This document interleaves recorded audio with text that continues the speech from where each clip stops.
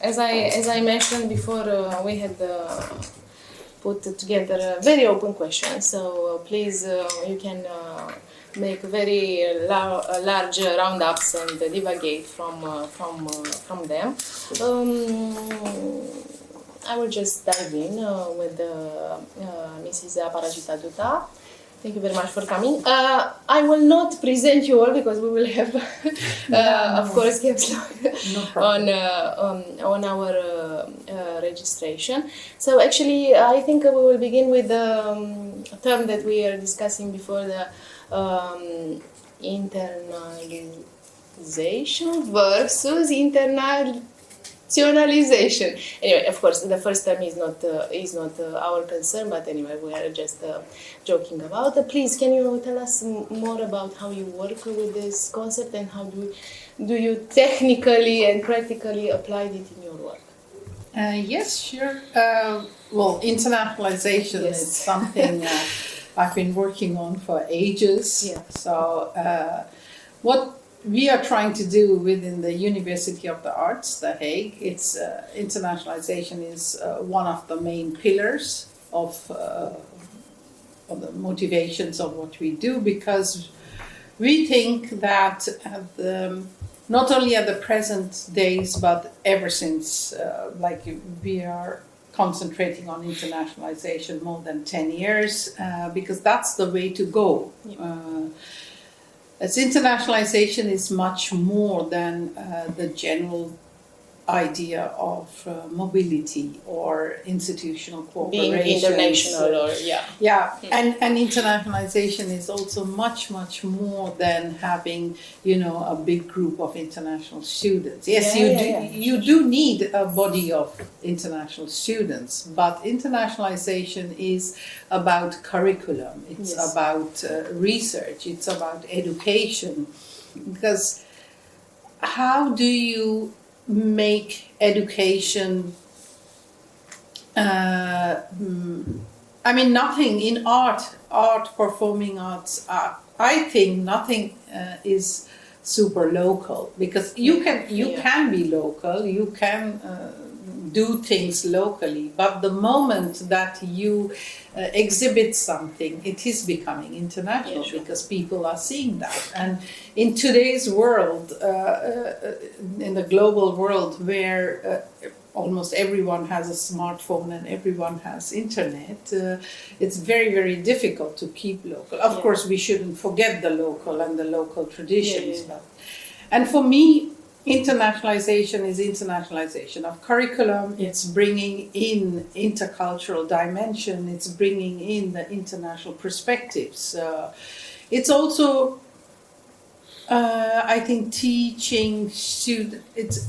It's not only teaching, but it's also learning. So learning and teaching from students, from supporting staff, to be able to stand up in the world, what is happening.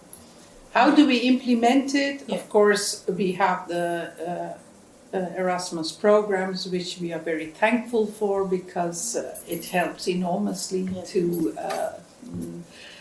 foster then most importantly mobility, but also the strategic partnerships, because that is one of the facets of internationalization that we are moving now, to work strategically. So who will be our strategic partners, where we are going to innovate curriculum, where we are going to do teachers mobility, staff mobility, peer review, critical friends, so everything there. And diversity and inclusion in that respect of internationalization. Still, we have to do a lot of work in that, but that's the way to go, I think. Yeah.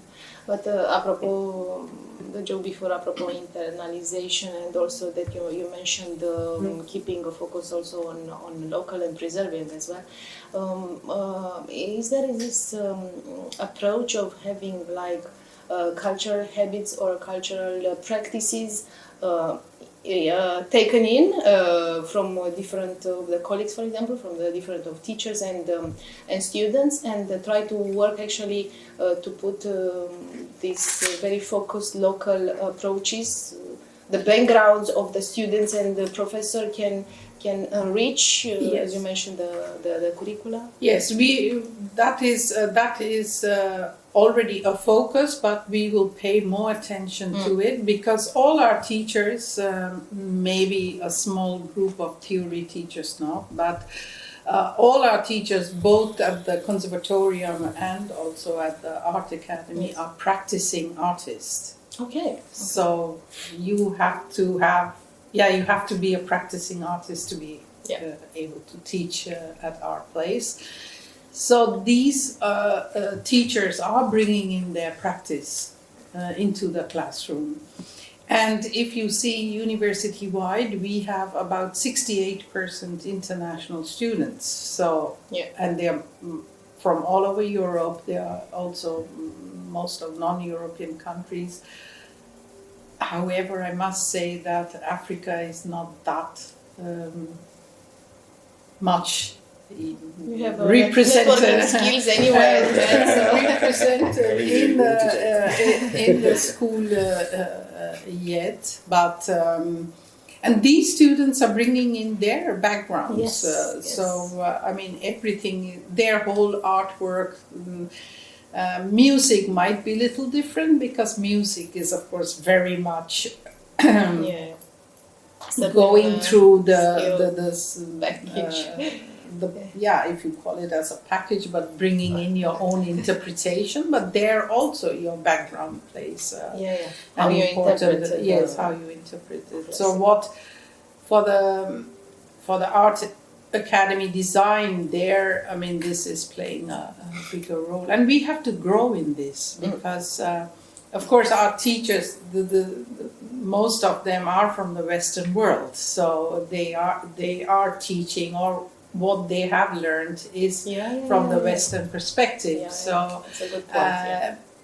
I mean, within Europe also, we have to deal with Central Europe, we have to deal with Eastern Europe, we have to deal with Southern Europe, which is super different than, the Northern and the Western world there. So yes, of course, that is...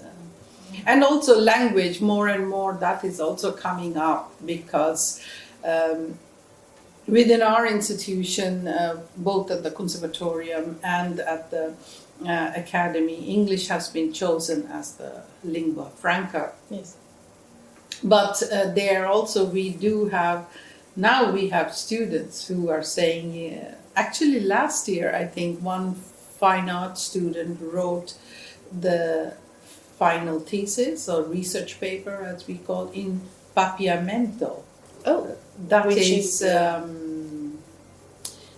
the language from Suriname. Oh, nice. How do you deal with that? Yeah. I mean, the head of the department had AI translation. Hopefully very accurate.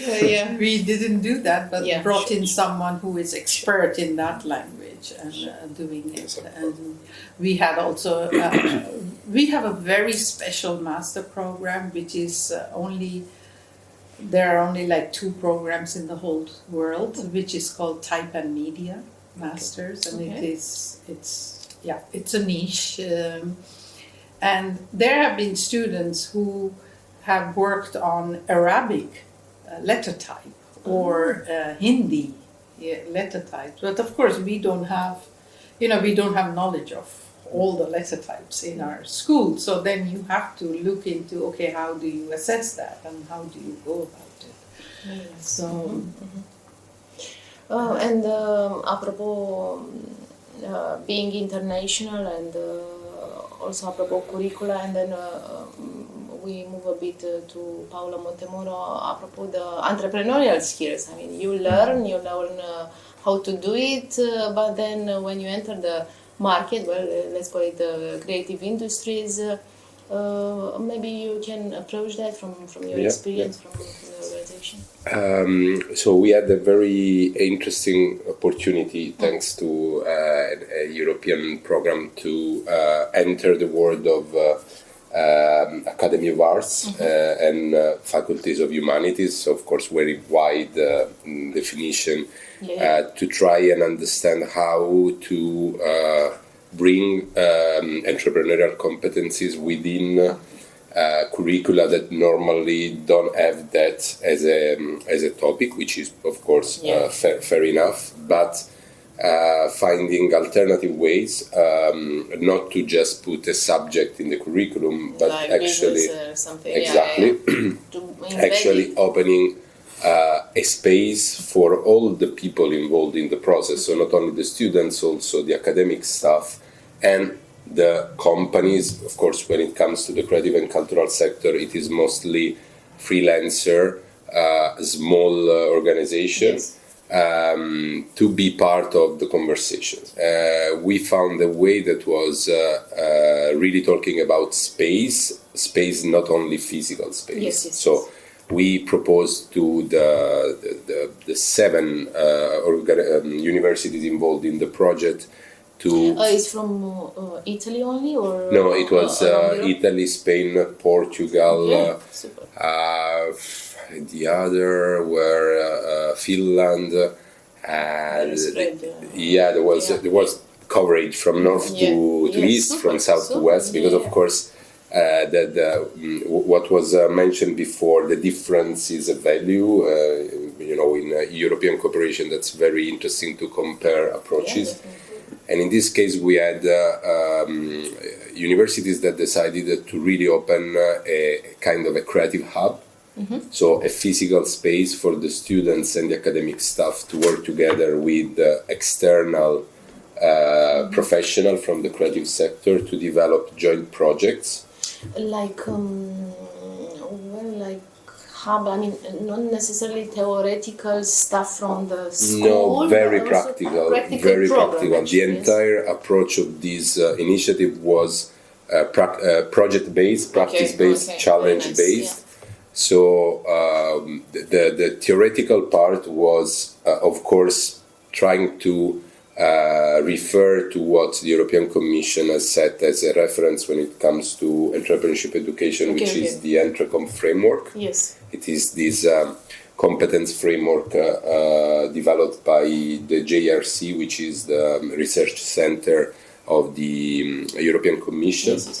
And within that list of competencies that are more or less a reference for everyone discussing about education and entrepreneurship, we found those that were working best for the specific interest and the specific future of the students.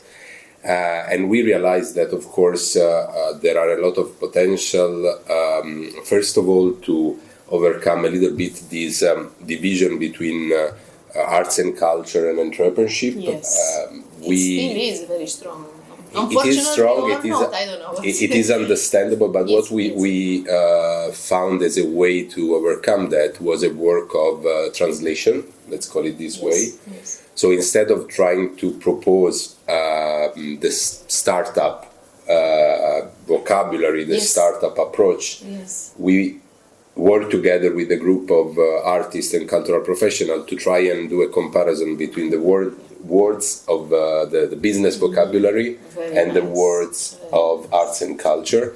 And actually it was very easy to realize that an artist... Not talking the same language. Not the same language, but the same concept are there. So the artists are coping with uncertainty as the entrepreneurs are doing. The artists are able to find resources where there are no resources as the entrepreneurs are doing. They are able to activate resources in terms of people, community, stakeholders as the entrepreneurs are doing. So the artists have a super entrepreneurial approach to whatever they do, even if they are not calling that way. And the new generation of artists and cultural professionals, of course, they have the same potential. So we try to propose them to work into physical space or project-based virtual hubs, let's call it this way, to cooperate directly with the expert from the sector.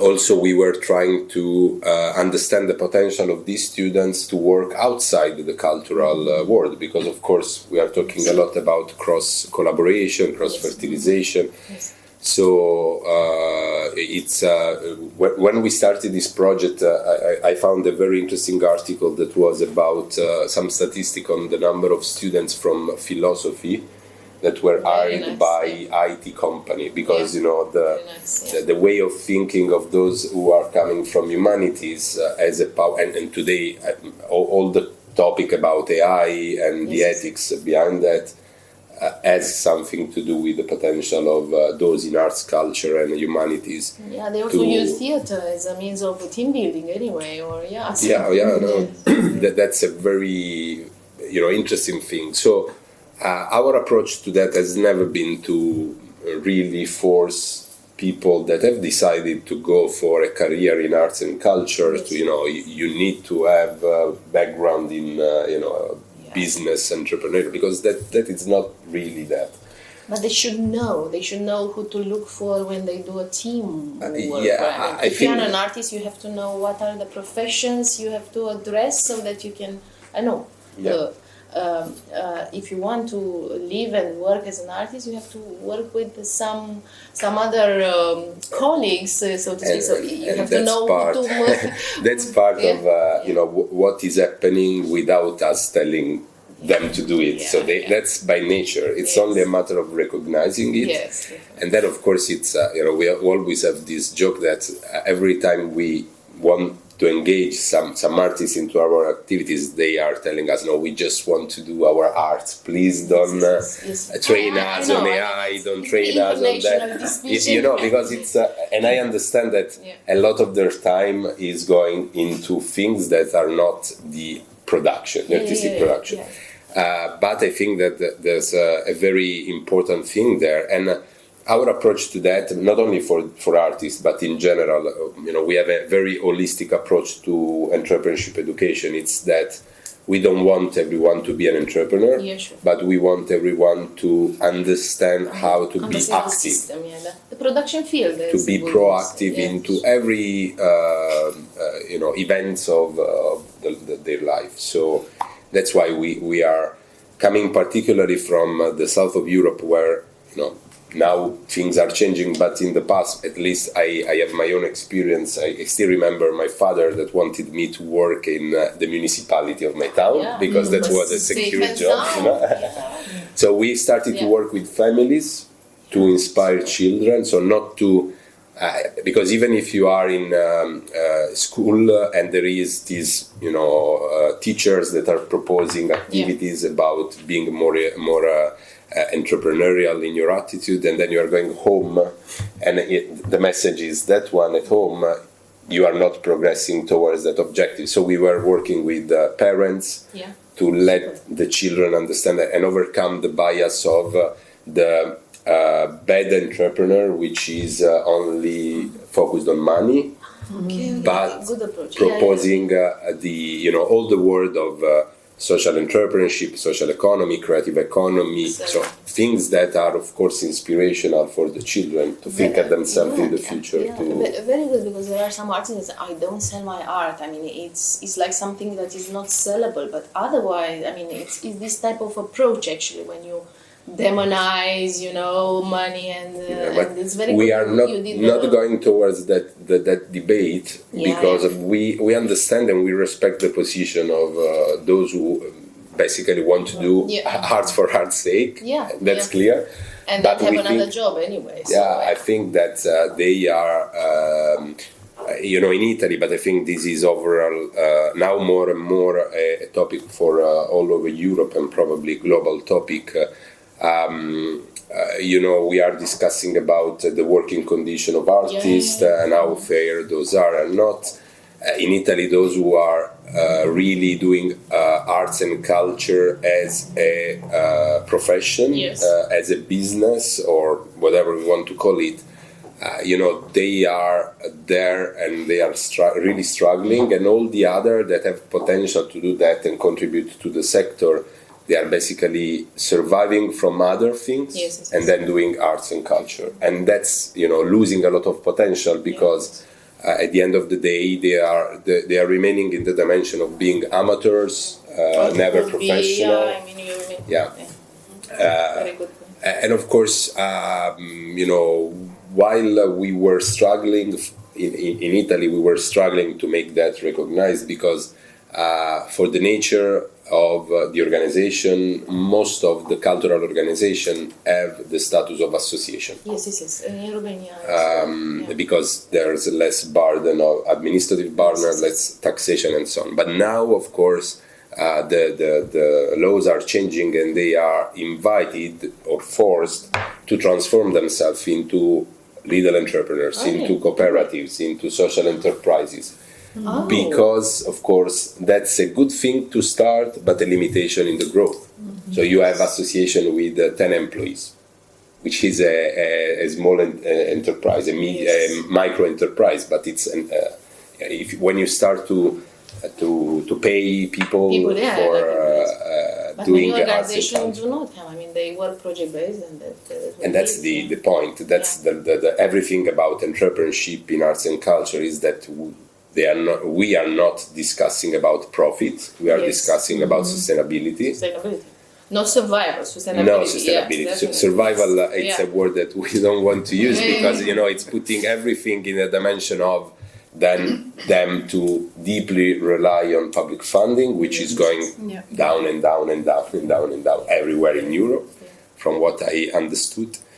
But really finding the best way to have a funding mix working. Of course, in the creative and cultural sector, we always have also this other debate that creative industries, thinking about audiovisual or video games or design, that's entrepreneurial already. The creative and the cultural. The cultural part still is in need because it's having a strong impact on society. Still, there is a need for a public support there because they are offering public services. Yes. So that's a very interesting shift. Apropos making culture like a public good. So I think there may be a key apropos not looking at survival but looking at sustainability. And the pandemic, of course, showed that on the hard way that definitely there's a nucleus there. So, keeping that mobility and international approach, I will also address to Olu Alake. You are in very interesting position. You are also working in Europe, but not necessarily for Europe. You are not in European Union, but you were, and there are special friendships and also economical friendships between universities and other cultural organizations. Can you tell us more about this type of mobility? Because now we mentioned Erasmus, we mentioned European project that address several countries. Can you tell us a bit more about this type of artistic mobility and how do you see it in terms of also the growth of an artist in terms of personal and maybe formal, theoretical, but also professional needs? Yes, thank you. We're in very interesting times, definitely. and in many ways, the UK is in a particularly interesting nexus in all these changes, and how many years after Brexit are we now? It's interesting to see how that point of Brexit actually was a foretelling of a lot of other things, that have since happened geopolitically, which are impacting on the whole global cultural sector. In ways that they were not foreseen. No, they weren't foreseen. They couldn't have been foreseen, and that means that as a sector globally, we are underprepared for it. And it's quite interesting listening to some of the things that Paolo was saying there about the challenges in training and developing the next generation, in the current generation of artists to deal with those geopolitical realities that we are facing now. The interesting there's some very interesting and powerful things that we need to consider about when we talk about mobility of artists nowadays in the current geopolitical, cultural, social reality that we are in. And the first is that recognition that we are in different times. Okay. Which means that it's very important for us to equip ourselves or re-equip ourselves in very, very dynamic and proactive ways. The onus of that is as much on the individual as it is on the institutions. What we can rely on least is what we previously used to rely on most, which is governments and those large multilateral institutions that used to be at the forefront of these. So in a way there needs to be a re-emphasis on the responsibility for ensuring that we are equipped to deal with the challenges of today. And there are various ways in which that can happen. There's also a recognition of some presumptions that we can make, especially in the global north, about what we can do and how that translates or does not translate to the so-called global south. 90% of Europe, 95% of Europe is digitally connected. 43% is sub-Saharan Africa. So when we're talking about, yes, you can use digital tools to do this and to equip artists and cultural practitioners to be better able to navigate these challenges. These same tools are not available to everyone. You don't have the tools, you cannot speak about further exactly. specialization. There is that. Then there is also the challenges of the geopolitics and how difficult that is making, and how much more difficult that is making mobility. And that's not just physical mobility. It's also, the mobility of practice, the mobility of connection, the mobility of understanding and engagement, because those are all parts of mobility which we don't, which we underemphasize. Things just about people moving from one place to another to create work. Sometimes they want to move, sometimes they have to move. But what always happens is there's the mobility of practice, there's the mobility of expression, there's the mobility of the diversity of creativity that we create. And in some ways, it's great to see how the current digital age enables that to happen faster, more in a more devolved manner, where people can take responsibility for and just put things out themselves. In another way, that creates a whole set of problems and issues which we aren't always equipping ourselves to deal with, from the lack of security of data to lack of context to some of the cultural forms that are being put out there. There is the lack of power that many of the creators have over their content, lack of control that they have over how it's used, how digital platforms can exploit culturally and creatively. So there are a whole load of issues there as well. And that speaks to, and all those challenges speak to how we need to train differently, create differently, collaborate differently, and understand mobility in very, very different ways. Understand actually that there are a whole sub-layer of skills that are required, which will be found in very, very few institutions, will be found in very, very few organizations, but are still very, very important for us to have. I will stay a bit on this idea, which I find very interesting, apropos the power.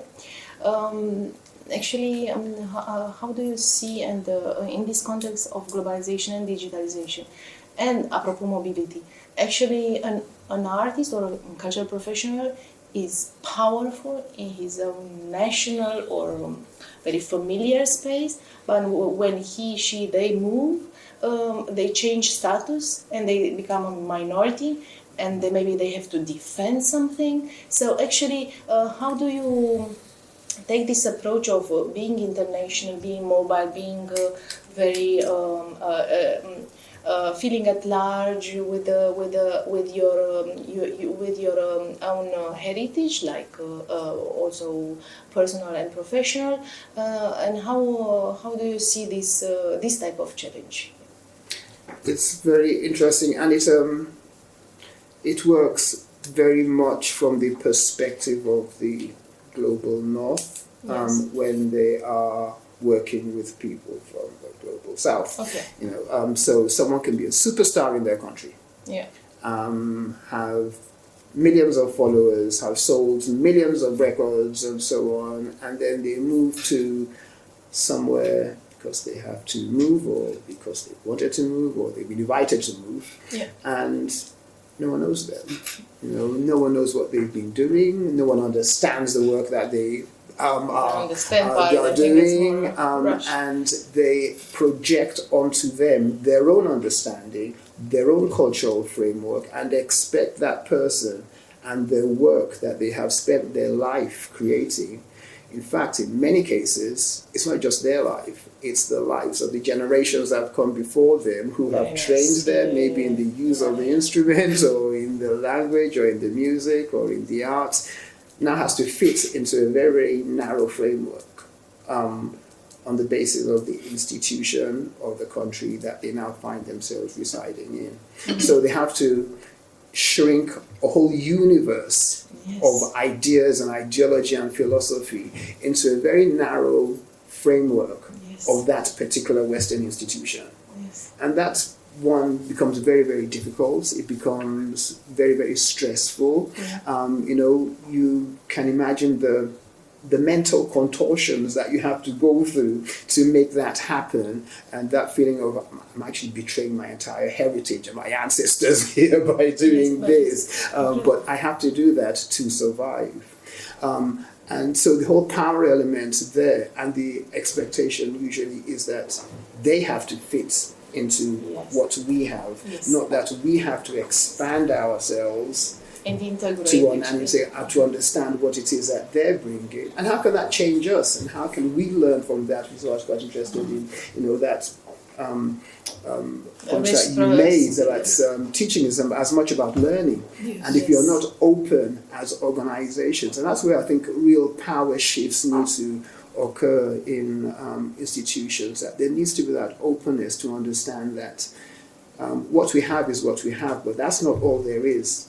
And increasingly, we should be seeing that with the way the world is opening up and the way that the digital platforms are enabling us to understand things better, we should also then be using that to challenge power dynamics as well, and understand how we are located within those institutions as gatekeepers, as power brokers, to diffuse that power a bit more, to ensure that the people that we are working with retain their power and can actually help us, to become more powerful by learning more.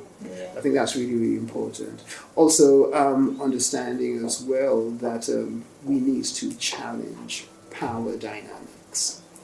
We need to really challenge them at local levels, at individual levels, even in our interactions, around this table, we need to be challenging understanding of each other more, as well as, at national, supranational, global levels as well. It all starts with understanding, it all starts with a willingness to confront those power dynamics, to understand how limiting they are, but also to understand how crucial it is to actually be able to overcome or to challenge or to change those power dynamics for us to become the world that we need to be.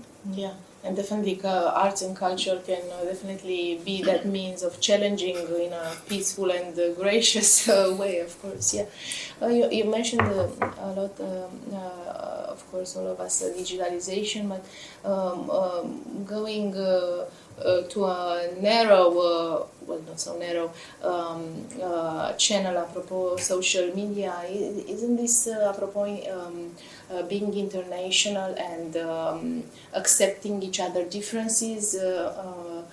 Actually, the social media makes it all flat. I mean, everybody can. Well, we are not having the same feed anyway, but actually, if we can see the same, I don't know, the same theater production or the same concert, and we have very, very different cultural backgrounds or cultural heritage, how is this? I mean, not to look at it like something exotic, and that's it, but maybe to integrate it in our. I mean, it's kind of normal to have this type of cultural experience, that type of cultural experience, without being, oh my God, this was interesting enough, and then I forgot about it. So yeah, keeping it wide in understanding and acceptance. Is it okay if I just definitely react, or not react, but add two Yes. things to what Olu said? Is that it's quite, it's really good that you're mentioning the internationalization and the geopolitical changes, because it's a fact. I mean, as we are sitting here, the world is changing.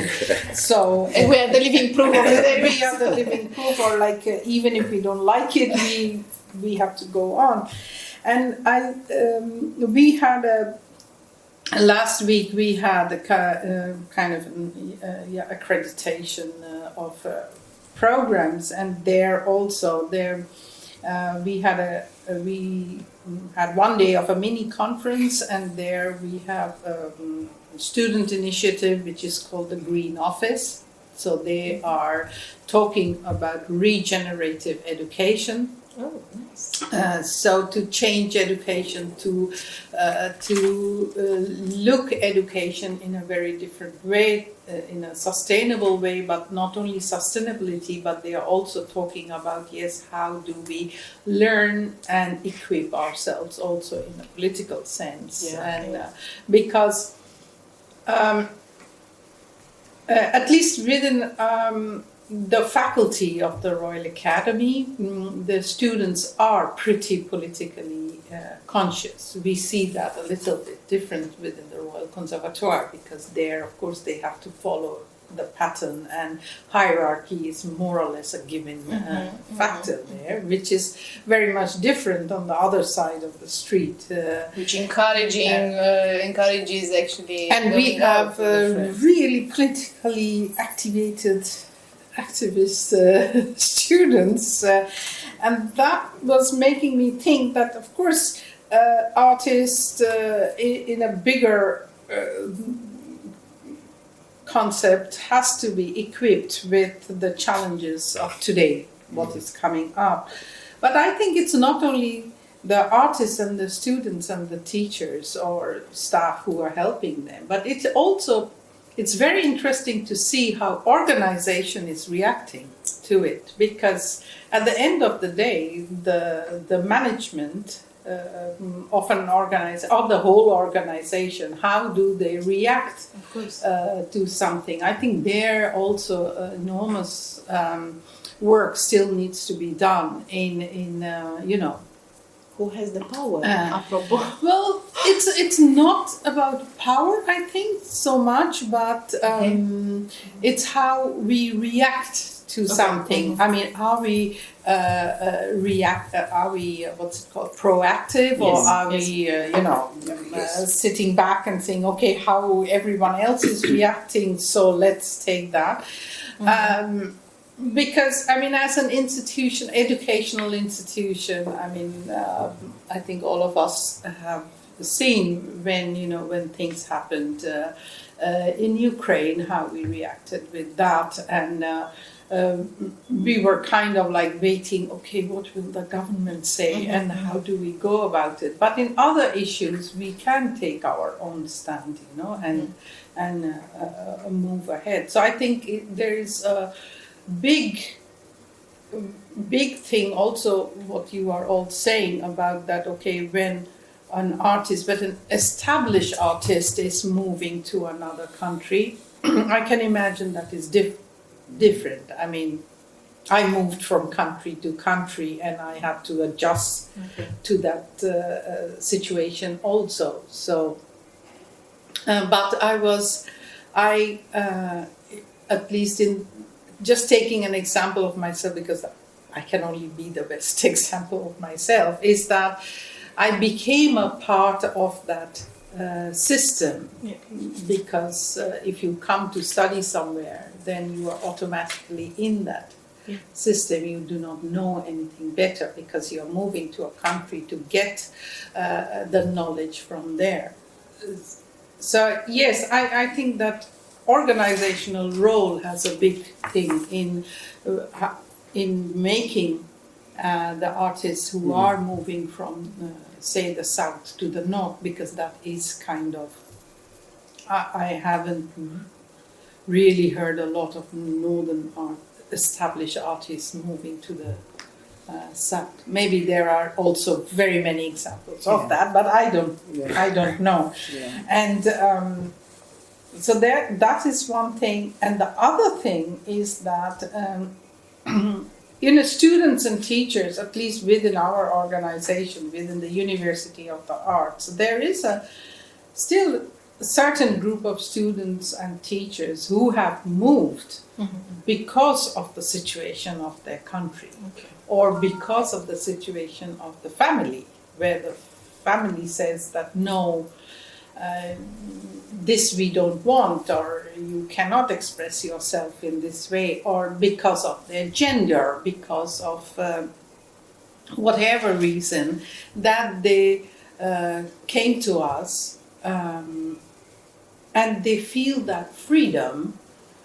There is a contradiction in there also. In a certain extent, they feel the freedom because they can be themselves. In the Netherlands, at least, there is no restriction yet of being yourself. In the Netherlands, they can express what they want to express. However, knowing always in the back of their head that if they were to go back to their own country, will they be accepted or not? And some of them choose not to go back because, I mean, we've had an example of a South Korean student who who painted really, very expressive paintings, which she will never be able to do in her city or country. We have students who ask, who wants to say about the background and everything, but asks teachers permission. Can I do this? Of course you can do that. Because it's from the educational background from their own countries. Exactly. So it has a broader, impact on that. And I think one other thing, at least what I see in the institution, is that student voice is becoming more important. And I think we should give agency to the artists, to the teachers, and to the students, of course, in their own categories, and to take the responsibility, as Paolo was saying, it's also your own responsibility as to how you want to manifest yourself in that. Because internationalization is something where you are equipped, or at least that's how we try to define internationalization, is that you are equipped in a way that no matter where you are, you will be able to stand tall and do what you want to do. Yeah. But of course, the circumstances is. So before going into your question, I want to jump to Paolo and the link, but anyway, please answer. Social media.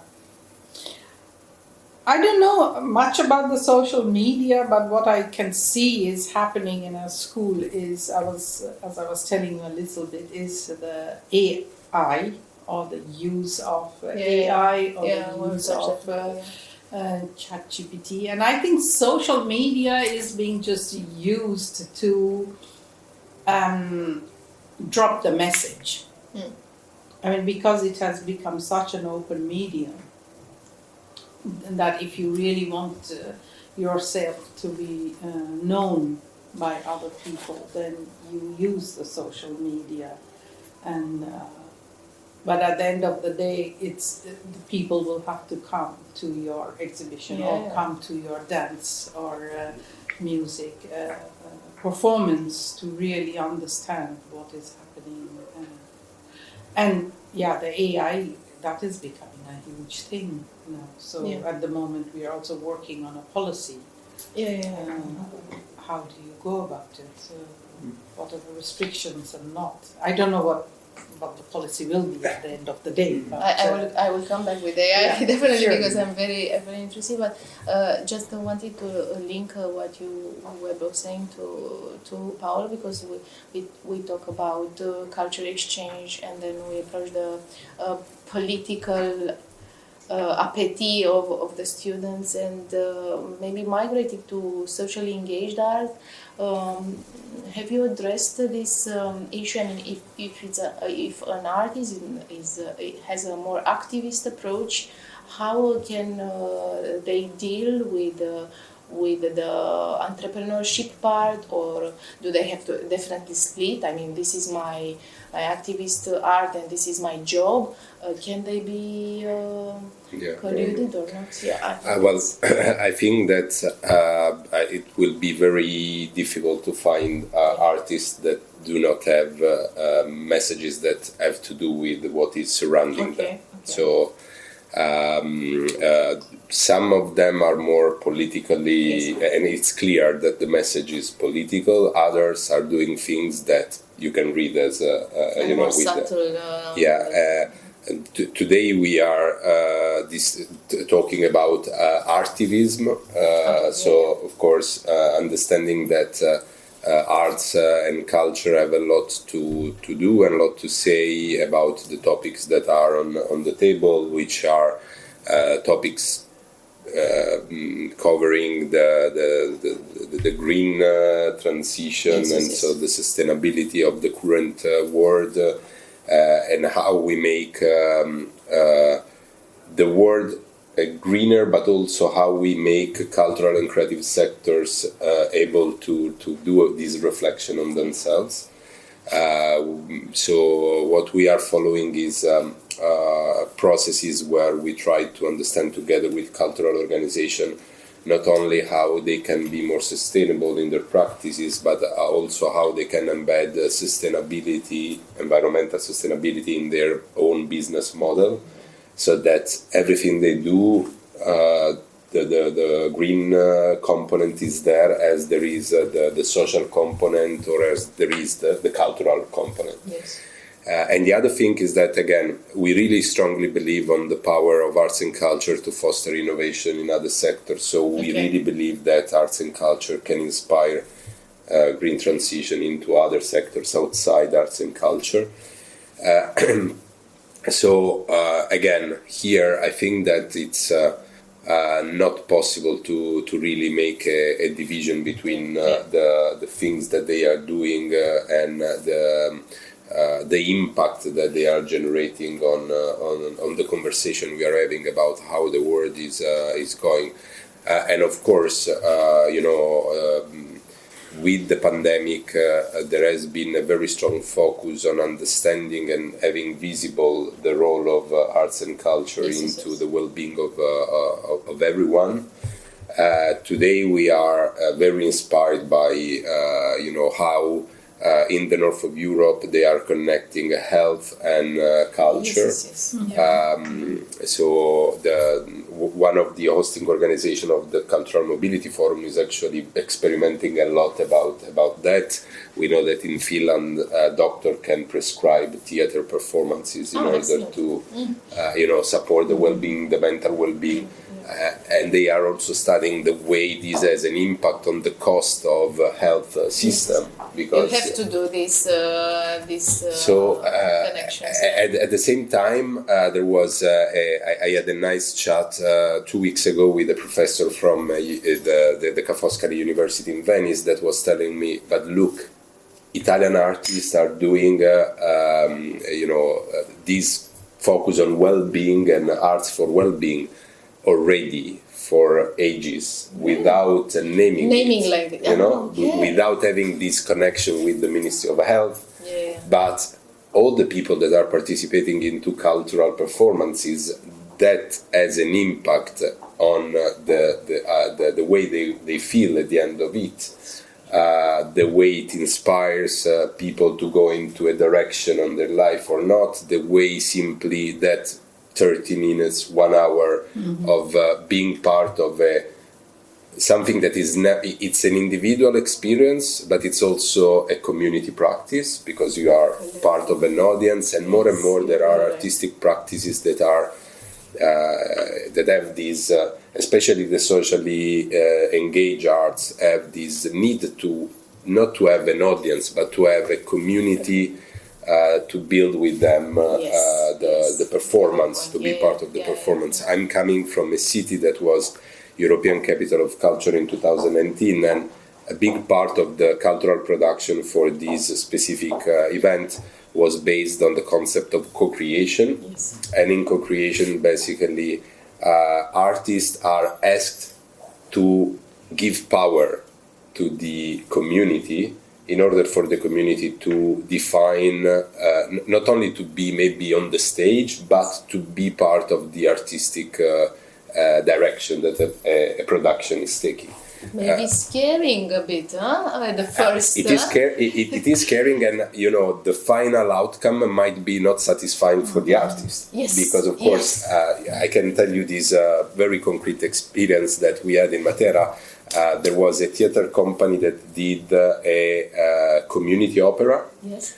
And they brought the director from London, quite famous opera director. That of course was forced to take to change his artistic decision to embed the feedback coming from the elderly people and the children of the city. And in a city that doesn't have an opera theater for sure, so people are not exposed to that forms of arts, and were there for the first time. But the impact on those children and those elderly people of being part of this process, unvaluable. From the social point of view, from the well-being point of view, I think also from there might be there are researchers that are trying to connect these indicators with also economic indicators to show that arts and culture are contributing to economic well-being, even without having euros at the end of everything. So I really think that it is there. It's definitely part of what they are doing, and I think that we don't have to really do any strong work on making artists realize that they have this role.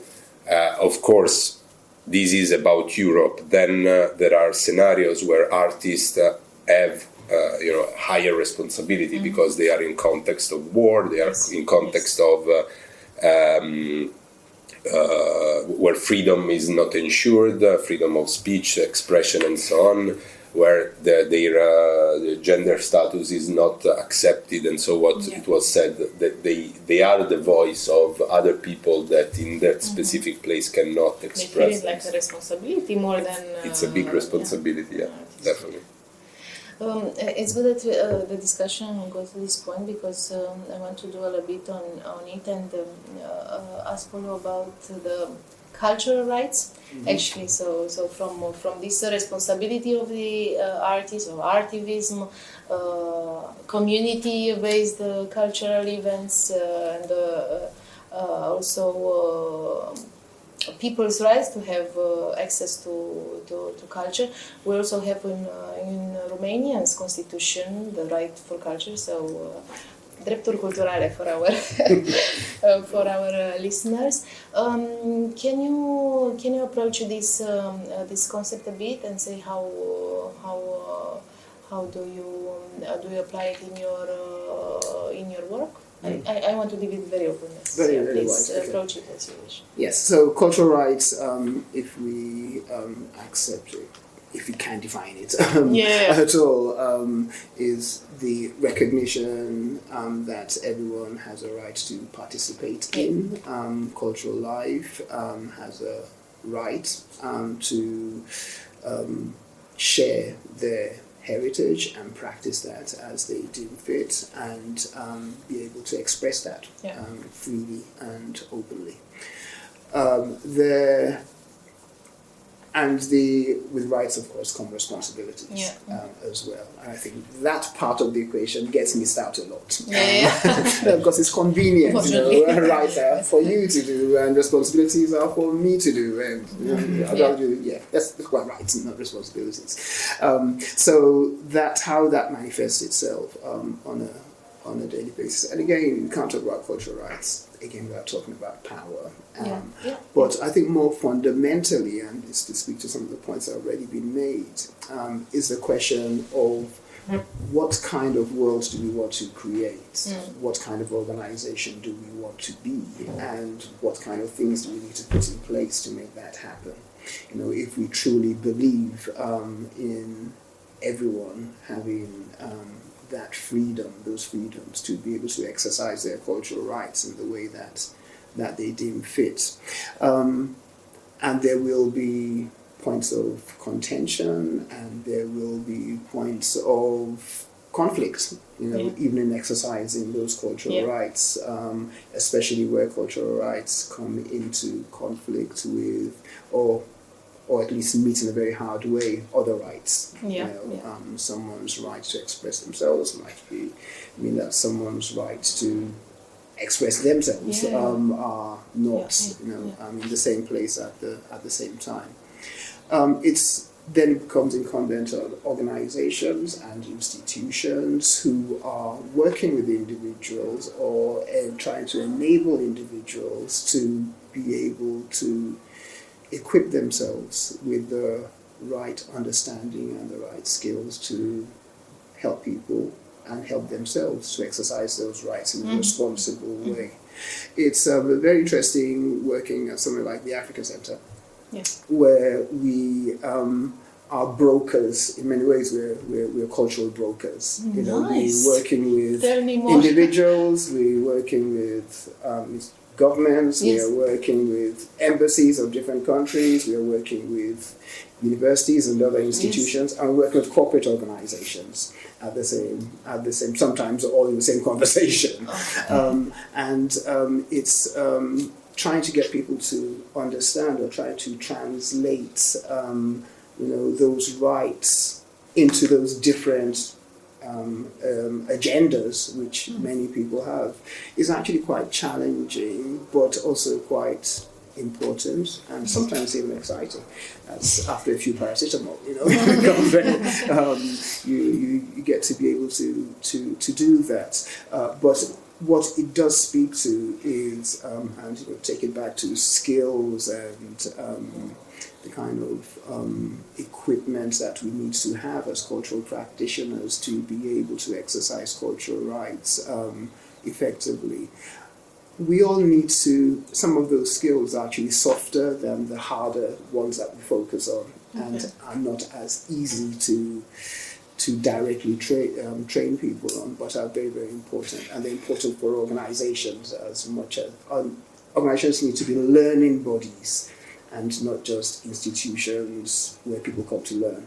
The institution itself needs to be learning and expanding and challenging itself and its remit on an ongoing basis to be able to effectively enable a responsible exercise of cultural rights of itself and of the people that they are working with. So I mean, I've had to change the Africa Centre quite a lot over the last couple of years to ensure that in working with artists from Africa or the wider African diaspora all over the world, that we are in a place where we can at least understand what those rights are as they wish to express them, what the barriers are going to be for them to exercise that in different contexts, and to help them and the receiving parties on the other side to be able to understand and to bridge those challenges more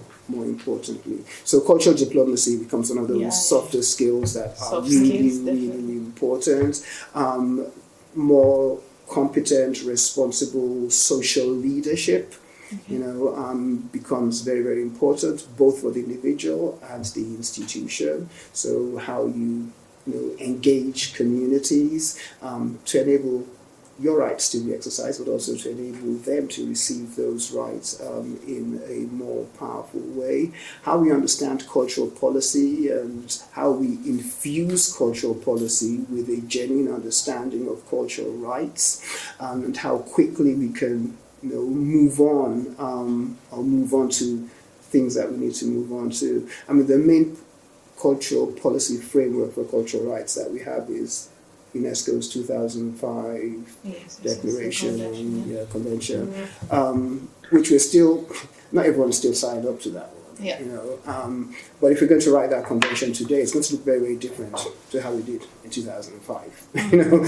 Because the world has changed, but policy frameworks are not moving as fast as the world is changing. So if they are well written, of course, they are very comprehensive. They're very comprehensive, but there are nuances that changes in society, in geopolitics, in cultural manifestation, expressions, in technological advances are making, which really radically changes the paradigm on which many of these frameworks are based on.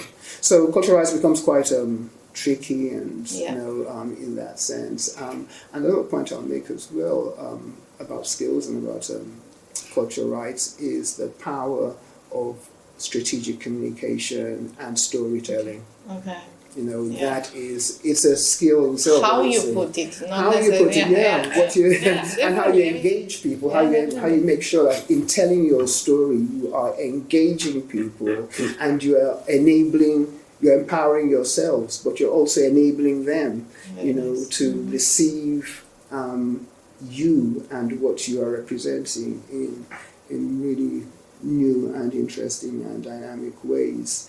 We've seen over the last 10, 20 years, for instance, how a bottom-up approach to certain art forms has had massive implications on a wider scale. I'll give the example of Afrobeats music and Nollywood in Africa, so that's the Nigerian film industry. And the impact that has made, there wasn't a penny of government funding that went into establishing that whole ecosystem. Not one. It was people on ground making their music and then finding their people, and then projecting that. And then there's a massive influence that the African diaspora had as well. So there's an element of grassroots, outside in, back in, and then it just mushroomed, and now you can't move anywhere without hearing Afrobeats anywhere in the world. Same with Nollywood. It started out just 10, 15 years ago. It was all distributed by CDs, and now it's all online. But the impact that has had in communicating messages, empowering women, giving that sense of pride in identity, and that has shifted the narrative and how people see Africa, understand African problems and African issues, and not seeing them as issues and problems, but just how Africans live and understanding them differently as a result of that. So in exercising one cultural rights, you have actually enabled other people to exercise theirs in expressing your cultural rights, to express theirs as well. I was speaking to some friends in Kenya 10 years ago, when I was, so there's a 10-year gap between my visits to Kenya, and 10 years ago they were saying how just by watching some of those films, it has resulted in Kenyan women now asserting themselves very, very differently, and so the male politicians called it, there's a Lagos syndrome, because in watching all these Nollywood films now, they think that they can just say anything they like, and now Kenya's got 10 years further down the line, that is much. I'm not saying that there's a direct correlation, but it's certainly been an indirect influence. But 40% of the Kenyan parliament is now female. And when you unravel those threads, those kind of cultural influences, really make a difference to how people assert themselves in health and in some of the more instrumental ways in which art is used as well. It's very important to understand that cultural rights are actually helping people, to develop mechanisms and tools for empowerment far beyond the immediate expression of those cultures. It's very good that you point out that, because when you talk about cultural policies, you see some framework, beautiful one, theoretical, and then down to the art, the practicalities of it. But you have to make it work. Make it real. We need to make these things real. And that's again, that's why storytelling, strategic communication is a really, really important and powerful tool that we need to be equipping our practitioners with. It's and academia as well. That's my favorite conversations are with universities. Great to research. What does it mean? How is everybody going to use this? Please translate. We're talking about translation, not lost in translation, but then found in translation. Exactly. And that's where institutions why it's really important, to the point that you were making earlier, strategic collaborations are just so important, for research institutions and for government institutions, working with organizations that can help you to translate, that can help you to engage with communities that you find very difficult. I hate the term hard to reach. There's no one hard to reach. There's you who are difficult to engage with. You don't know how to anyway. You don't know how to. That's exactly. Why it's so that whole power, that willingness to seize power, make yourself vulnerable, and be willing to learn. Be willing to learn and to engage is just a really important. It's a bit part hard of the whole for a human being anyway, not necessarily placed in. Exactly, turn institution around to change. But you can. You have to. Because you have to. You have to. And I think that the strategic partnership is the only way to go ahead. From now. On whose terms though? Well, of course, that depends who is initiating. Exactly. I think the who is the fire starter? I mean, okay. If you, I don't think also who is paying is super important, because if you see the European Commission funding for the strategic partnerships, I mean, you can really do a lot in that, but you just need to have those right partners who are of what you said, of the same level, and most importantly, open to understand, because we have to look at ourselves first in order to look at the others, because I from time to time do intercultural understanding workshops. And in those workshops, I always say, okay, how do you look at yourself? Because what is your perspective of who you are? And only when you understand that, you can understand the other. Yeah. Because we are all biased in some way or the other, and but know that know what you're biased. Yes. and I think we are colored also in the way we are brought up and where we are brought up and where we have moved on and lived our lives. Because I think one of the colleagues yesterday said that. I don't ask anymore where are you from, but I ask where are you local. I mean, that's such a beautiful thing to say because I think we all have moved. Where do you feel at home, really? Yeah, or where are you staying? Where you have made your home. So if we understand that, and then if we have the right partners or the right people. So, for example, like the three of us sitting here, we can also say that okay, let's start something, and how do we go about it, and then of course we have to look into money. At the end of the day, we can be very idealistic and we can be everything, but money does count. It does play a big role. So, and also in the strategic partnership, if you have 3, 4, 5 strategic partners, or like academic institutions and industry working together, and if you make it very clear from the very start that okay, in 3 years' time we want to reach a certain goal, the spot is there on the horizon. I think it's doable. Yeah. But then, of course, everyone needs to also work for that same goal and understand in walking that journey that, yes, there can be big differences in doing that. Yeah, definitely. It sounds very good when you say stakeholders and different institutions, but as you mentioned before, when you gather people, you choose certain people to invite into the discussion because that person... the organization take the form of the person that can lead it. So, yes, exactly.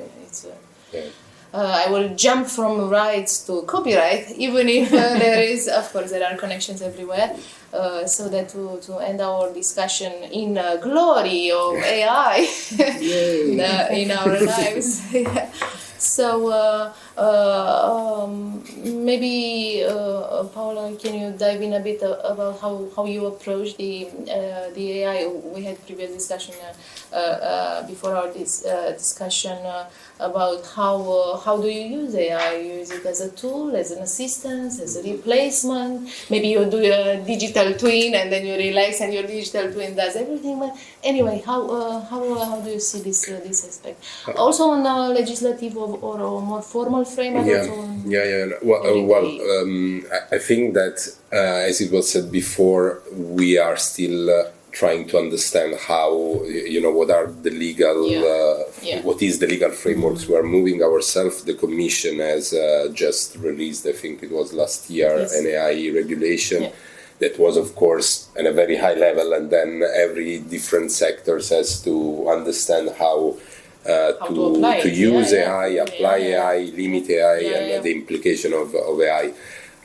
If we are just focusing on the arts, culture, and creativity sector, of course, I can bring you our direct experience. We are currently coordinating a project that is funded by the Italian government that for one time did something important for the cultural sector, which is using a part of the recovery plan to invest into the digital and green transition of the creative and cultural sector. So there has been the opportunity to structure different capacity building programs on these two layers, and of course a lot of the digital transition is focused on the use of AI. So we are building an academy for the use of generative AI, especially in the creative and cultural sector. And from the initial focus group that we have been running in order to understand directly with the final beneficiaries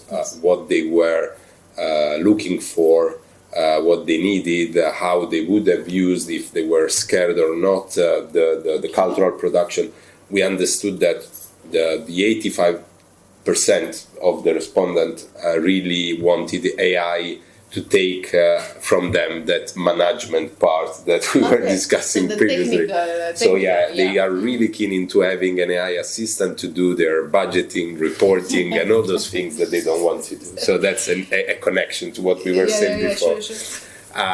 On the other hand, I think that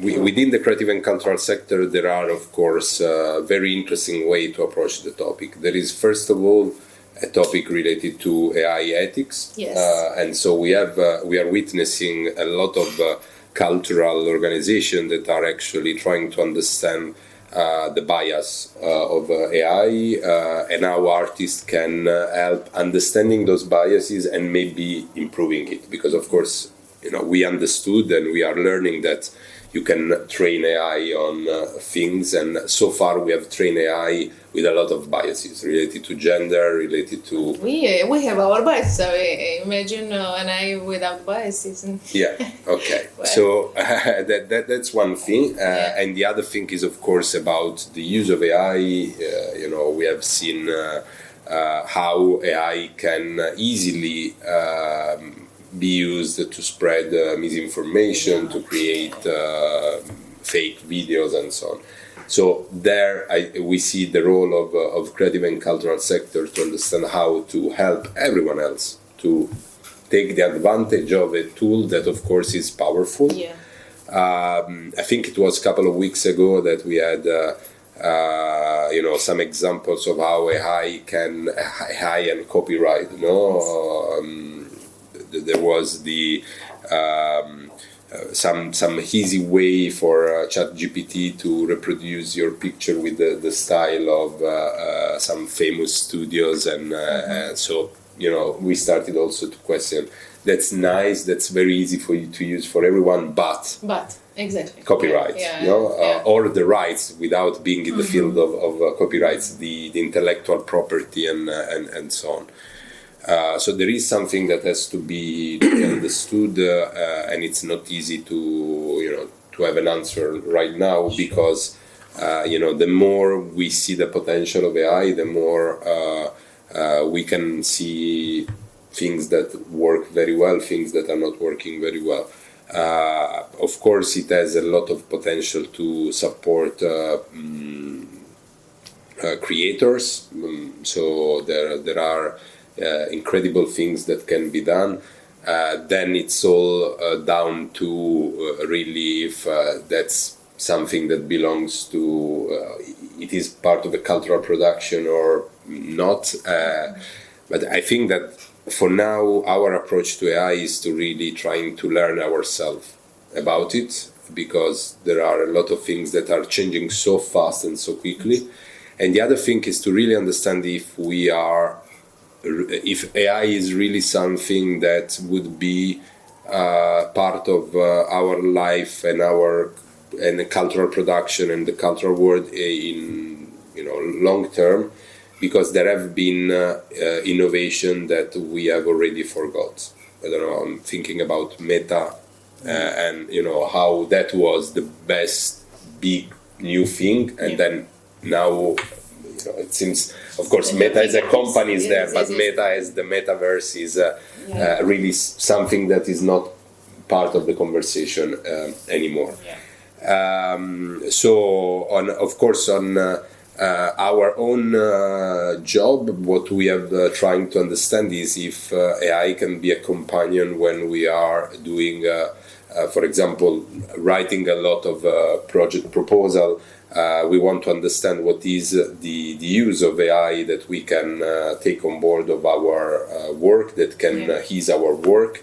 The Commission itself is trying to understand how the proposal coming in all the European programs will be affected by AI. Sure. For now, there are some statistics that are raising some alert, because the number of applications that have been submitted for the different calls have increased. Okay. You can write. There are people that are doing this test. No, they are writing with AI the proposal, submitting, and see if it is approved or not. Most of them are not approved. I think no one can say that a fully AI proposal written has been approved. But for example, there are things that are interesting. You can take the evaluation criteria that are in the call, instruct the AI, give to them your proposal when it's finished, and you have an evaluator. Of course, it's not going to be like a real person that has its own way to read the criteria. They check AI with an AI. Not an AI with an AI. They check a project writer with the instruction of a virtual evaluator. So, of course, this is not substituting our job. This is more an experimentation that we are trying to do, because we think that when you write a proposal, it's much more than just looking for funding. It's part of building. No, you can see it. I think it can be easily spotted. The cooperation, you understand what field, other organizations are doing. You create. Even if you're not getting the funding, the strategic partnership is built because you are knowing other people, other organizations, and so you have the possibility. You were there before AI, anyway, so working. That kind of things will not be, you cannot really replace. We were joking about this yesterday, that we had an online pre-event meeting, and then you see people in the real life, and it's it's becoming a little bit strange, to have this virtual and then real world. But that's also part of it, everything was online meeting. You remember the COVID time, and now we are in a hybrid scenario, and then we are going probably back to live. Offline. And related to what you were asking about social media, also social media are a little bit part of these trends. It seems that you cannot survive without social media now. If you think some of the big social media are like going on,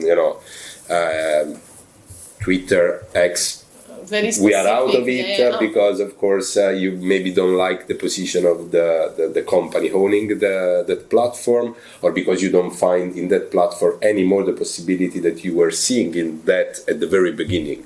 Facebook, the algorithm is not relevant anymore for what you wanted to have and the original element there, and you probably don't need it. I always have this debate with our communication manager about TikTok, and from time to time in European projects there are partners that say, but the target is young people, we have to use TikTok. But we are not able to use TikTok as it should be in order to communicate to young people. So instead, maybe let's bring into the communication team young people to speak to young people through TikTok.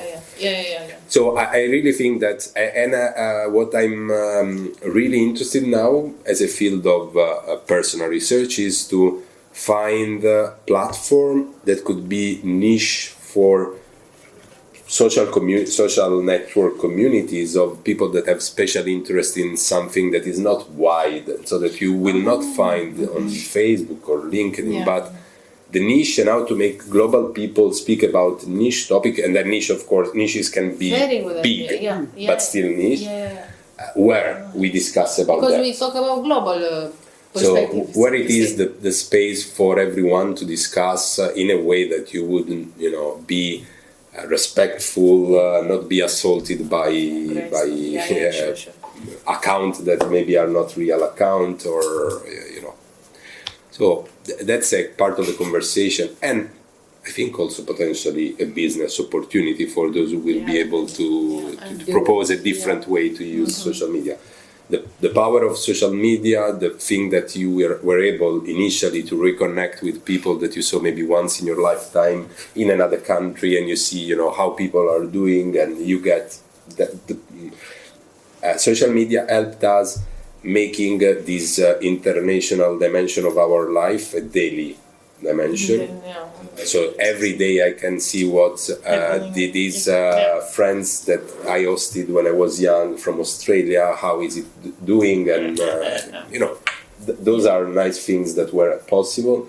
Opportunities can be spread at a European and global level. The current platform are not really working for that. I mean, they are creating, and the way things are popping up are too fast to be meaningful.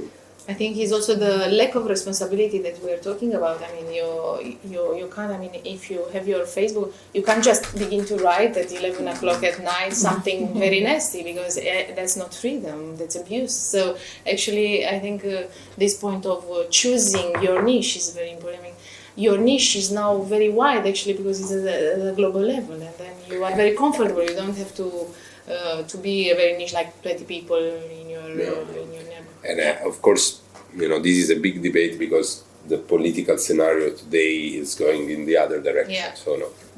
Yeah. It's the choices also what we make. Yeah, definitely. So, I mean, I don't have Facebook now since 2019, and I don't. Oh, you drop it? Yeah. Oh, And how is it life without Facebook? It's fantastic. I don't miss it. Yeah. I have absolutely no urge to. No, go on no it. information you missed from Facebook? No? Nothing. Absolutely. You stay connected anyway with the world in spite of... So, I mean, the friends and the family that I want to keep contact, I keep contact through Signal and stuff like that. So, I don't need a Facebook for that. And there are also institutional policies, like our institution, we are not allowed to use TikTok, or we have stopped X. Oh, you do? Yes. So, I mean, those are institutional policies. The only thing we have now is Instagram. But there And is also Facebook for the university? Sorry? Facebook for the university, no? LinkedIn. but that's personal. Yeah. LinkedIn is personal. And there's been also talks, should we stay on Instagram? Should we go out? And, so there are many they are aspects. all connected. I think it's the interconnection. When we talk about AI, the isolating AI as just all that there is in the digital era that we are in, and digital tool framework that we're operating in is a mistake. We really need to consider it as part of that whole digital ecosystem that we have to navigate. And fear, obviously, is a far more powerful emotive response than excitement or opportunity. Yes, you're right. But we do allow, I do think there is a tendency to allow that fear to overcome possibilities and opportunities. I think it's really important that we focus as much on the opportunities while understanding and doing what we can to provide solutions to the challenges that AI brings with it. I think the key one Paolo has mentioned is algorithmic bias, and then the use of AI for nefarious purposes like surveillance and its ability to marginalize local content creators and all of that. That's all there. There are also the opportunities in understanding the world in a better way. That AI can, as part of that digital framework, can also help us to do as well. We've been talking about things like cultural diplomacy and ethical digital stewardship and all of the community engagement as well. And AI, if we just see it as a tool, a very powerful tool, probably the most powerful tool the world has ever seen in certain ways, and at least in how we share information, then we've got a real opportunity, to do some amazing things for each other and for the world using those tools.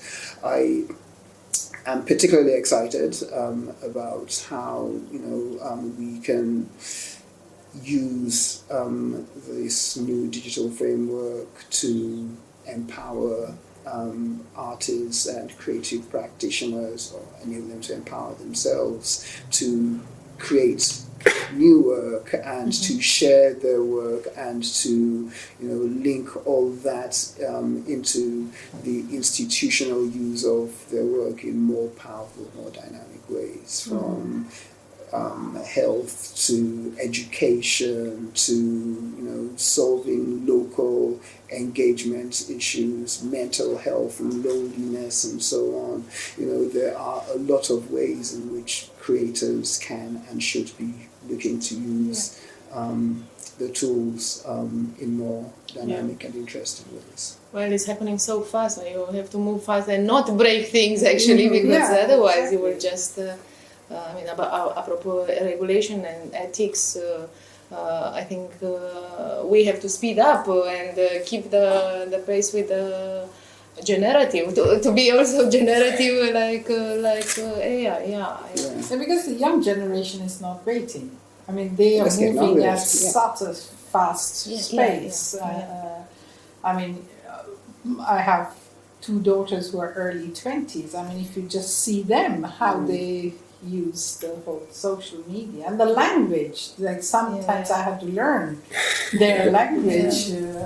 It's unbelievable. New alphabets. Exactly, new alphabets. Yeah. So, we have to adapt to that also. And I think you're right in saying that fear is something that, holds back everything. So if we can come out of that fearsome space. We need to know things in order to understand, how to use it. And of course there needs to be policies and regulations and stuff like that. But, students, teachers, management, everyone is using it, so there is no way out. You don't have to It's a different power as well. Power is a very different power tool as well, which can be used for things like cultural appropriation and exploitation, real concerns. But then the opposite is also the opportunity. It's a tool for combating and exploitation and appropriation. It's a great tool for storytelling and for asserting positions on heritage and identity and all of that as well. The opportunities, I think, should be far more powerful for us than the challenges. Definitely. And it's a generational thing as well. So it's just like you mentioned your daughters. I think our children see it in 10 years' time. We'll just be. Is how things work. This is what the world is. It's not a new thing. It's not something for them to be fearful of. It will just be a part of their lives. So what's our responsibility at this point in time is to ensure that the frameworks are solid enough, yet porous enough to expand. But to expand in safe, or at least not in harmful ways. Yeah, hopefully we end up in a cheerful note. It's opportunity is not fear. If you would like to add anything up anyway, if not, we can wrap it up. And thank you very much for a rich, full conversation that we had, and hopefully we stay connected. By the way, internationalization. This is one probably of the most difficult word to pronounce. But even in Italian, it's it's also in Dutch, because we decide. For me, it's also with not the cultural appropriation, of course, but it's culture. If you take inside, so I think you take a cultural practice inside and you analyze it. So I think it's of course it's another concept, but anyway, it's part of it. It's part of it because internationalization. If you look at internalize something and you process it. And if you look at the definition as it has been accepted in higher education, it is an intentional process of integrating intercultural and international dimensions in order to enhance the quality of education and research and making a meaningful societal contribution. So you have the intention of doing it. To what extent is decolonization embedded within that and within that intentionality? It should be. If you take internationalization seriously, well, I can only talk about from the education point of view.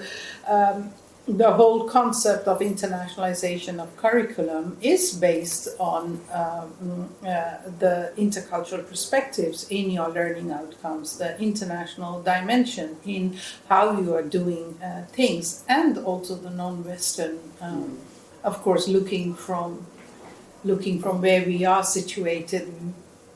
You have to look at the non-Western part of that in the education, and that brings also in which country you are, then the concept of decolonization or not. And I think that's a completely different conversation the next one. if we go into it, but it is also how is it understood.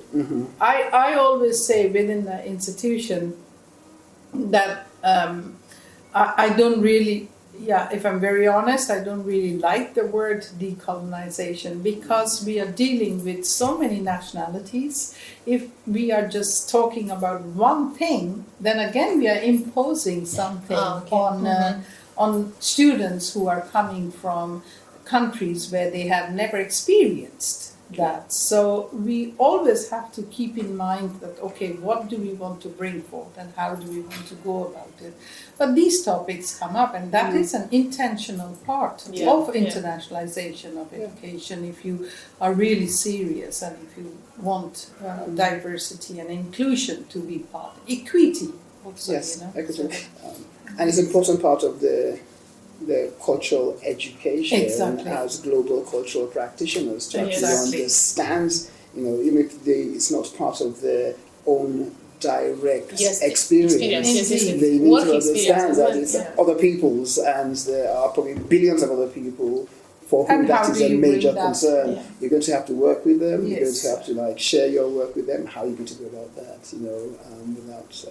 so that's why it's really important to understand that. Yes, absolutely. And the language you use to make it. But also what algorithms and AI do for us, that they make us our bubbles. So when you are not even in a national bubble, you are in a very, very tight and narrow bubble. So actually this can be an opportunity, apropos opportunities, that you can burst the bubble and then see it all. You don't have to be national or ethnical or... So, and especially when it comes to interactions between, or between, for want of a better word, global north and the global south, and to the point that you're making that, there's more, we see more in the global north interaction one way than we do the other. The way that it works the other way around from the global north in the global south is based on a premise which always needs to be challenged, and that's why decolonization and internationalization becomes very, very important, because there's an assumption that we impose the way we do things onto the rest of the world, and they adapt, even though we're taking it to them, rather than, take the framework, take your own understanding, but allow and enable the people that you're working with to then be able to adapt that to their own use, rather than, to your understanding. So I think it's again a really, really important part of the conversation that we need to be having, because that is one way in which cultural rights are infringed. It's a way in which we use power without thinking about it, in taking what we have and expecting other people to adapt to that, rather than power of culture. Yes. To end it. Power of culture. Okay, thank you very much. Thank you very much. Very nice. The clapping that we don't need, but we need actually. Now is the point at which Oana tells her she wasn't recording anything. Foreseeing. Oh, the time flies. So anyway, I saw we have a lunch opportunity, but anyway, that came after we were corresponding. Thank you very much. Thank you. It was quite rich.